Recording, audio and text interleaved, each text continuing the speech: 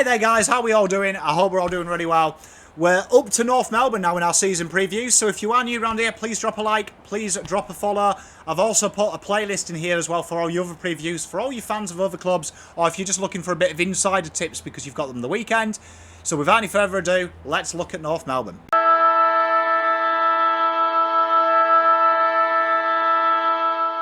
So 2020 for them, it was 17th, 3 wins, and it will have been a disappointing year for them. There was a kind of a mixed vibe, wasn't there, about North? I know that it wasn't a surprise to me personally, because I felt like there was something missing for them. I did tip them bottom 2, but there seemed to be a real positive vibe about the Kangaroos fans as well, and I did feel bad at the time when I had them there.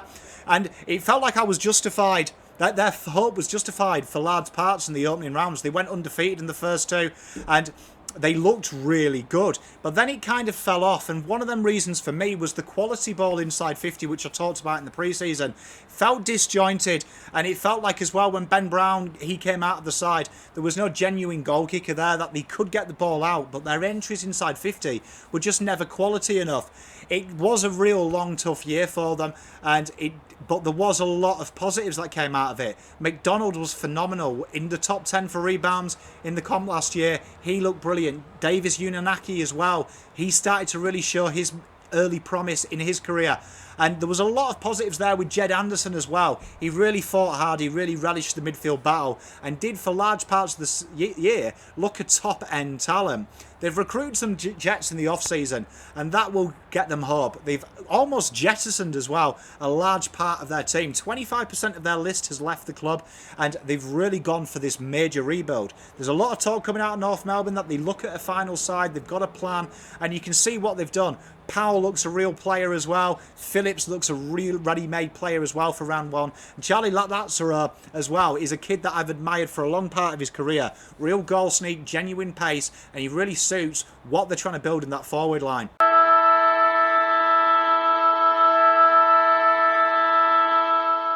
...2021 then, they have gone the rebuild train, as we said, 25% of the list. Moving forward, they have recruited really well. This year, I think it'll be the aim of just don't win the wooden spoon and to blood the new coach's game plan. We know David Noble has more of a systematic approach. We know that he has pedigree, and I expect the game plan to be more transitional based and really work around the strengths that they have on the list, which I felt at times Reece Shaw didn't do. Felt very old school at times the way he played. We know the modern day game is more play it on the outside, get the ball out of there. Sometimes it felt like there was a heavy philosophy of playing contested football. They have game winners in that team. Zerha's one of them. We know Powell and Phillips as well coming through the ranks have got potential A-grade talent. And Davis Unanaki as well, another solid player. They've got a lot of players in that thing, and I think when you hear as well that Jack Zeebel's going to move down behind the ball, it says that he's addressed someone to complement McDonald, where a lot of the teams now look for that transitional attack. They will spend a lot of time on the counter, and it looks like it's got a very competitive game plan. I expect to see them be a lot more competitive than they were towards the end of last season.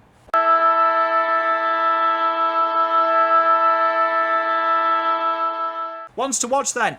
Well, Luke Davis Unanaki, we've talked about him. Let's have a look at him. I think he's going to go up again this year. 14.6 touches in his career, 2.4 marks, 2.3 tackles, and 0.2 goals. And he looks a real sort. He's a real combative, tight midfielder. He does have that little grace as well. He can get forward. He likes to play across there. He looks like, I think he's going to be that kind of link, that conduit between the midfield and the forward line, which I think they desperately need. And I'm looking forward to seeing him. I think with Jaden Stevenson, the talk of him playing in the midfield, I think that kind of helps Davis's game out. I think I'd like to see him oscillate in that half-forward role, kind of like Mark Murphy has for Carlton, and being that kick-in, trying to pinpoint them passes, dissect the defence. He's got a very talented player. He's got high football IQ, and he's a player that I really enjoy seeing play, and he's a guy I'm looking forward to seeing naturally develop in 2021. Jaden Stevenson was one of the recruits this year, and there's no reason why the North fans will get excited about this. A real game-changing player. 12.4 touches, 4.5 marks, 2.4 tackles, and 1.4 goals. And he's more known for his forward craft, but I think the midfield is probably a good idea for North. He's creative, he's energetic, and he's also quite tall as well. And he offers that marking power in midfield, and we know a lot of the top teams now play with a taller than the average bare midfielder. I think he's got a real good vision. He's very direct. He comes from a very possession-based game as well, which I think Noble will try and develop with North Melbourne. He's confident on the ball as well, which is more important. And like we say, he likes to get the snag. I can see him being that type of guy that roams around the midfield and the forward, real heavily rotated, create the mismatch here and there in game, and really offer a bit of freedom for North. I'm excited about seeing him play, and I think he'll have a good year for North. And the final guy we're going to look at is a personal favourite of mine, Cam Zurhaar. 10.9 touches, 3.1 marks, 2.8 tackles, and just over a goal, 1.1 goals a game. And he's a natural forward, isn't he? He's a real excitement machine. I could see him, maybe being that bigger body as well, playing that kind of like Cunnington role in the midfield later down in his career as an enforcer, because we know he likes the tough stuff. But I really like him slotting in the forward line. I think he's dangerous. He's got eyes for the ball. He's hungry for the ball, and he looks like he's a real mongrel attitude to him.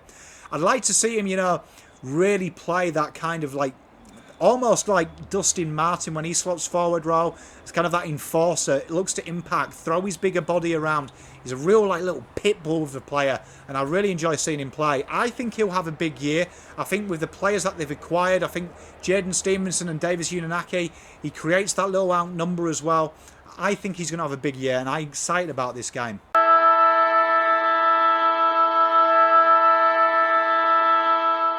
So what's the success for North Melbourne? I think it'll be if they don't finish bottom. I think that's what they'll look. They don't want that wooden spoon tag. I think that'll be the aim. And hopefully, ruffle a few feathers in the top. I've got them finishing anywhere, though, from 16th to 18th. I think if they get to the top end of that, they'll be really happy, because it's going to be a tough year this year, I think, for them to blood it. I think so many changes. It's going to take a while to become cohesive. But that'll be the important thing. Pick your best 22 early. Really get some continuity in them. And who knows, the AFL throws up some surprises. I'd like to see them go high, because, they've been suffering for a while. That's North Melbourne. Let me know what you think about their hopes. Till next time, Pom out.